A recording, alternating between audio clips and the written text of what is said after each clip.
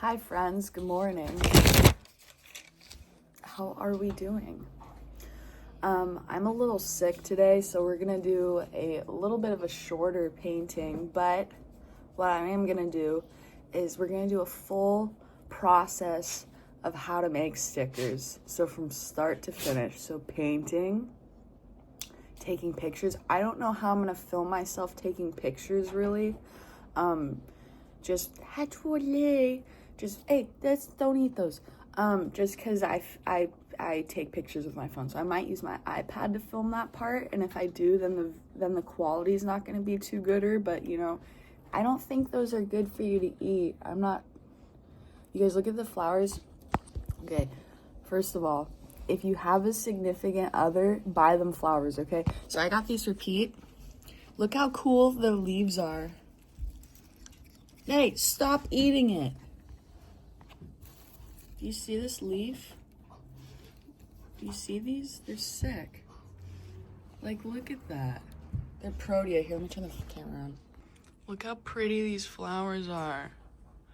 They're called, whoa, protea. There's a fine line between going too zoomed in and too not zoomed in.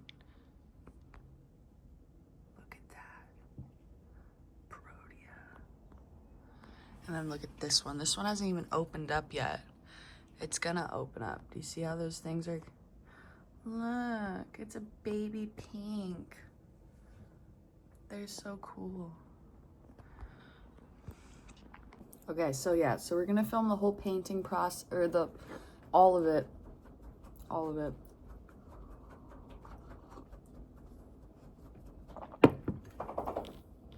So my idea though is to go back to where I was at for a bit. We're doing those like botanical paintings. So we're gonna do a circle botanical painting. And the reason I say it's small is because it's gonna go in here, and circles can only be so big because this is, I don't know what size this is. I think it's A4, I'm not sure. So yeah, and then we only have so many pages left, and then we get a sketchbook tour. Yay. Okay, bye for now. Well, hi friends, Zuko here. Just kidding. Nope, Team Avatar here. Nope, just kidding. I wish I was on Team Avatar. I think I would be a waterbender or an airbender. And before you come at me and say there's no airbenders, did you watch Korra? Because Tenzin and his kids are airbenders, and his brother. Anyways, so how are we doing? I hope we're doing well. I hope we're doing very well. So here we go, another painting. So before I start, I'm gonna do some Reddit stories because I don't have too much to say today. But so yeah, okay, with this watercolor, I like it. I really like it. Unfortunately, what I did in the end made me not like it so much, but then I liked it again after. So, okay, this is what I'm thinking. The idea is there, right? I like it. I love the watercolor. Unfortunately, what I did was I used pure black watercolor, and I had this knowing. I knew I shouldn't have done that, but I did it anyways. And then I didn't like it because then the black made the watercolor just look like I'd gone over it a bunch of times. So like the colors were vibrant, but then once I put the black behind it, it did not look good. It looked no good. So then I had to put gouache black background, and then that made it look extra like no colors. So then I had to add some light gouache washes on top of the watercolors. So then at that point, I might as well have just done it in gouache. You know what I'm saying? So that's where I don't like what happened, but I like it. So there's that. Okay. So we're going to go from the Queen of Potatoes. We all know Charlotte Dobre. We love her. If you want to like and subscribe to her channel, do it. Also like and subscribe to my channel. Please join the swamp. We have fun here. Yeah. Okay, here we go. This one I thought was interesting or good because I'm hungry right now. I'm just kidding. I am, but it's about food, and so I thought that'd be kind of interesting. Mother-in-law kept guilt-tripping me for not eating her Indian cooking. Oh my God, I love Indian food. So I started bringing my own dishes and giving her the same treatment. Now she's suddenly not hungry too. Oh, what's going on? Okay, here we go. My Indian mother-in-law thinks that she's the best cook in the world and that everyone, including her son and daughter-in-law, should beg for her cooking. Well, culturally, I'm not used to a lot of Indian food because of the spices, but I will try to eat the ones that I enjoy. A lot of times I'll politely tell her I'm not hungry or I'll munch on something, but sometimes that's not a good enough a response, and she'll start guilt tripping me with, so you don't like my cooking, or everyone loves my food, why don't you? My significant other usually will jump in to stop her, but always puts me in a weird spot since on day one of meeting me, she told me point blank that she doesn't like Chinese food. I'm Chinese. Oh, okay. I love Chinese food. You guys both have good, those cultures you're coming from have such amazing food. Oh my gosh. Okay, I'm Chinese, and it kind of threw me off because there are so many varieties of Chinese food, and for her to just say she hates the entire category seems odd to me. Yeah, that's one of my favorite foods. What? Okay, so I recently started bringing food I made whenever visiting her and telling her how excited I am to cook for her and that I hope she likes my cooking. She usually brushes it off, saying she's not hungry or that she'll eat it later. I turn the tables on her, looking sad and asking her why she doesn't like my cooking. It's very entertaining to watch her try to make excuses she knows are BS. She hasn't asked me to eat her stuff since, so I guess this petty revenge is working. Yeah, it worked, I'd say. I mean, unfortunately, it took you doing that for her to realize, like, oh, I should stop guilt tripping you, because, everyone has preferences. You don't have to like the same food.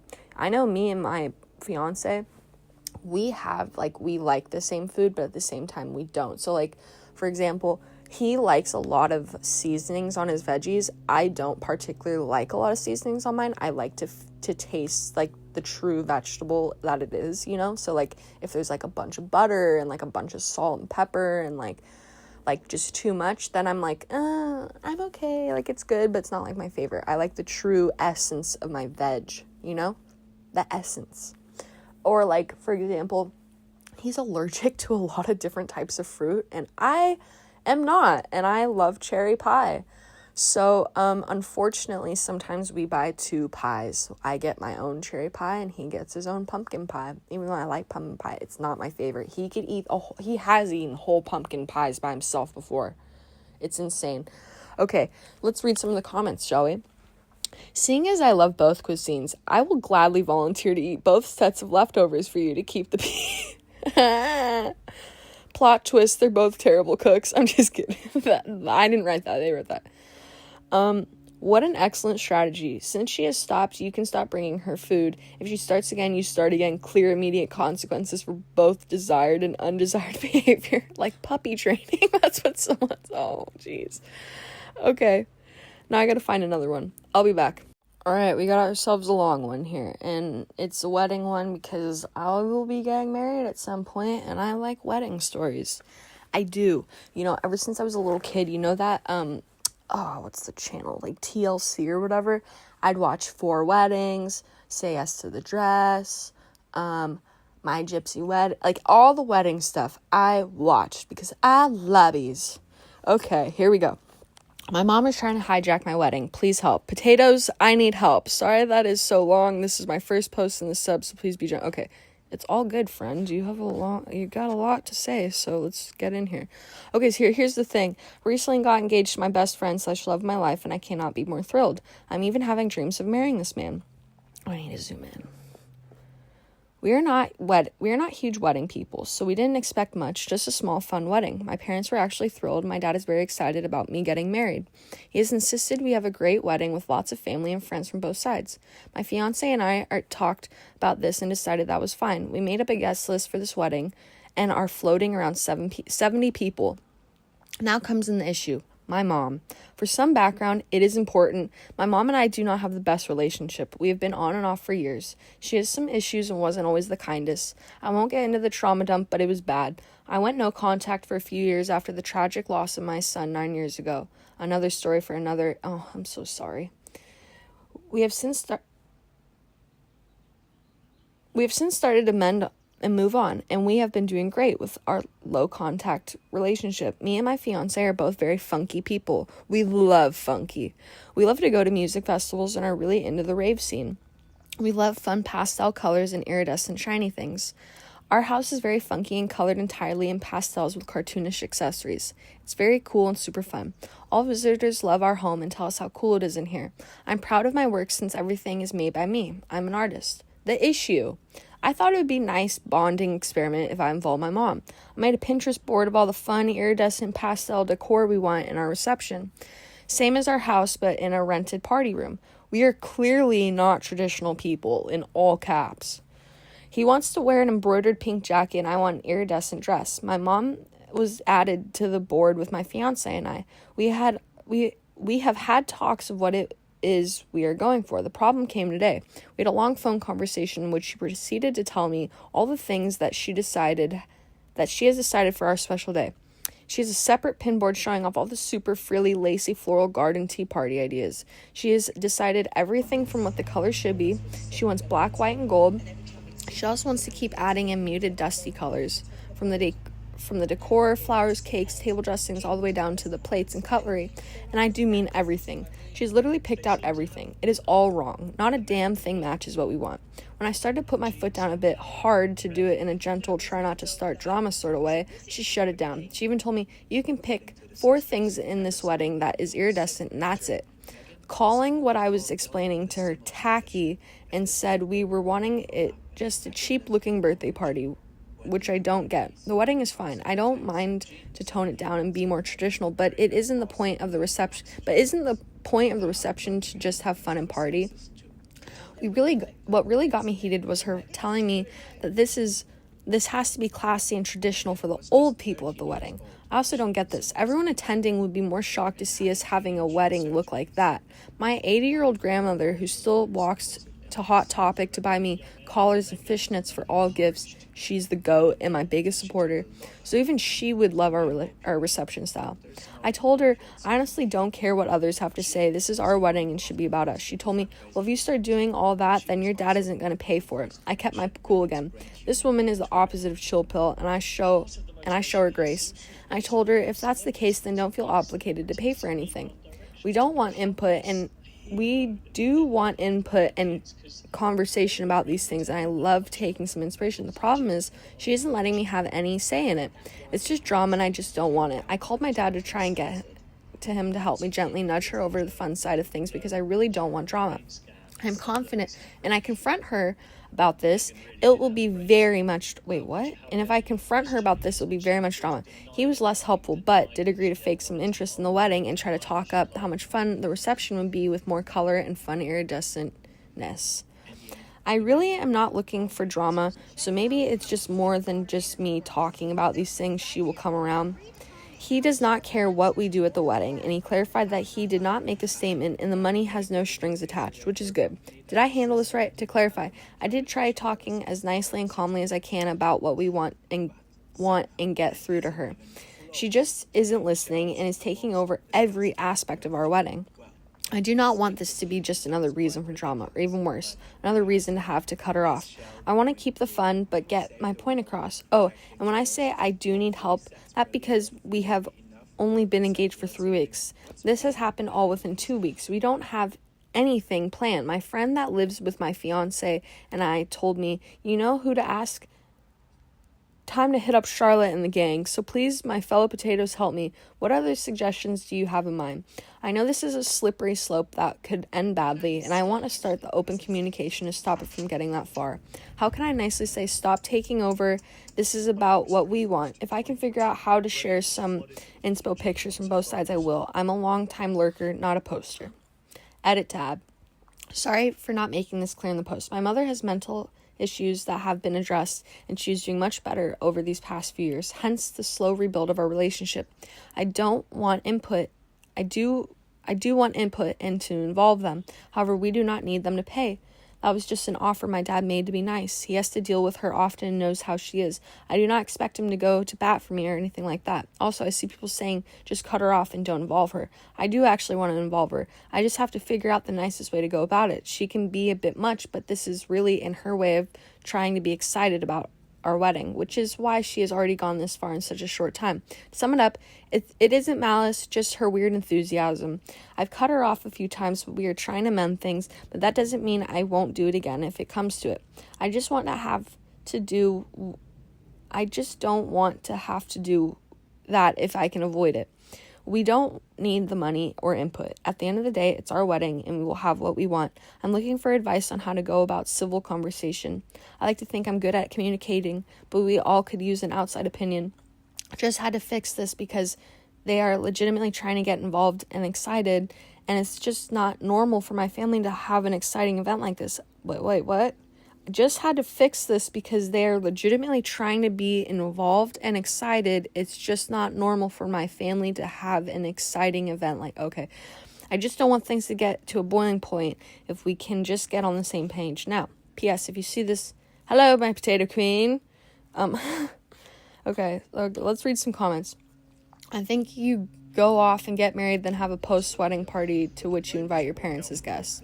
If it comes down to it, that's exactly what will happen. I heard Vegas has plenty of fun, crazy elopement opportunities. You're getting married. You are getting married. Who cares if she tries to stir up trouble? Tell her flat out, but calmly, this is our wedding. We're not accepting suggestions to change our plans. I'm not trying to go nuclear here, but if she can't respect that, if she can't respect you, then who wants her there? You're being too nice about it. Shut that bee down. Oh. I had to clarify this in another comment, but she has mental issues. A small conversation that most people think is normal tones can easily seem nuclear to her. When it comes down to it, it's whatever me and my fiance want. I'm just here for suggestions on some calm dialogue. In the end, if she can't handle it, then oh well. But I would actually like input, just not this hostile takeover. All right, I'm going to put my 2 cents in. Not that I have very much of it. I have about 1 cent left. I'm just kidding. Okay. Well, first of all, I'm sorry. I'm also happy for you that you're getting married. I'm sorry that this is happening to you. It's unfortunate. Mental illness is hard, especially to have a conversation with somebody. I will say this. Never use you statements. Always use I statements. So you say, I feel this way, not you did this. Now I feel like this. It's when this happened, it made me feel like this. You never go, you did this, and now I feel like this. Never do you. That's not good. Geez, that's a hard one. Because you're right. Some people can take things so completely wrong than what you're intending to, say. And sometimes that is also on their end because they're not fully listening to you. So I suggest having a mediator, maybe, here's the part where we go to the black ink and it looks good from here, but it didn't in real life, just so you know. But to have a mediator, so even like getting like a counselor or therapist for like a one-time conversation, that could be good. And you know what? Honestly, I don't know why I'm chiming in. I don't think she's ever going to hear my side, Anyways, yeah. So, well, if she ever, Space Whale 95, if you come across what I have to say, I wish you luck. I'm so excited for your wedding. You do you. Do whatever you want. Don't let what your mama says let you down. And I know you're not going to, so good on you for that. Just maybe get a mediator, or, unfortunately, this sometimes happens, is you can't do much because of mental illness. Sometimes there's not really a simple answer, and sometimes people's feelings are going to get hurt, and unfortunately, that does happen. Okay, look. Am I going in with wash right now, or am I still in with black watercolor? I think it's still black watercolor. Yeah, it is. Anyways, I've got a lot to do today, so I'm going to go to the market now. I think I'm going to make chicken garlic bites with salad and rice on the side. And then I am going to take my doggo out, and then I should do a mini workout, and then I'm going to clean my dishes, and buy soap. We need soap. And then I really want to get better at drawing people. So I think I'm going to do some like studies. And I might do some like anime studies, because when I was younger, I used to kind of draw in like a semi-anime style when I was like way younger. And then I stopped. I don't know for what reason why. But now we're back in it. We're back in it. We want to do some, you know, anime drawings, so we're going to get better at it. So that's the plan for the day. Anyways, the video is going to end in about 20 seconds. So don't forget to like and subscribe. Hit the bell if you want to be notified. And if all goes well, Wednesdays will be upload days. Wednesdays, child's full of woe. Okay, bye. The cigarette butt is still in the lab. The police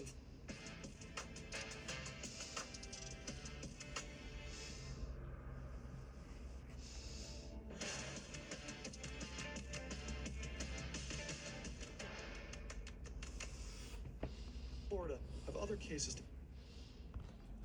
Alright, everybody, my cats are in the way, so I can't turn my light on, but here's the finished product. I know I did not film it. I know. I'm sorry.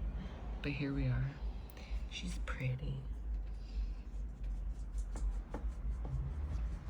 Ta-da!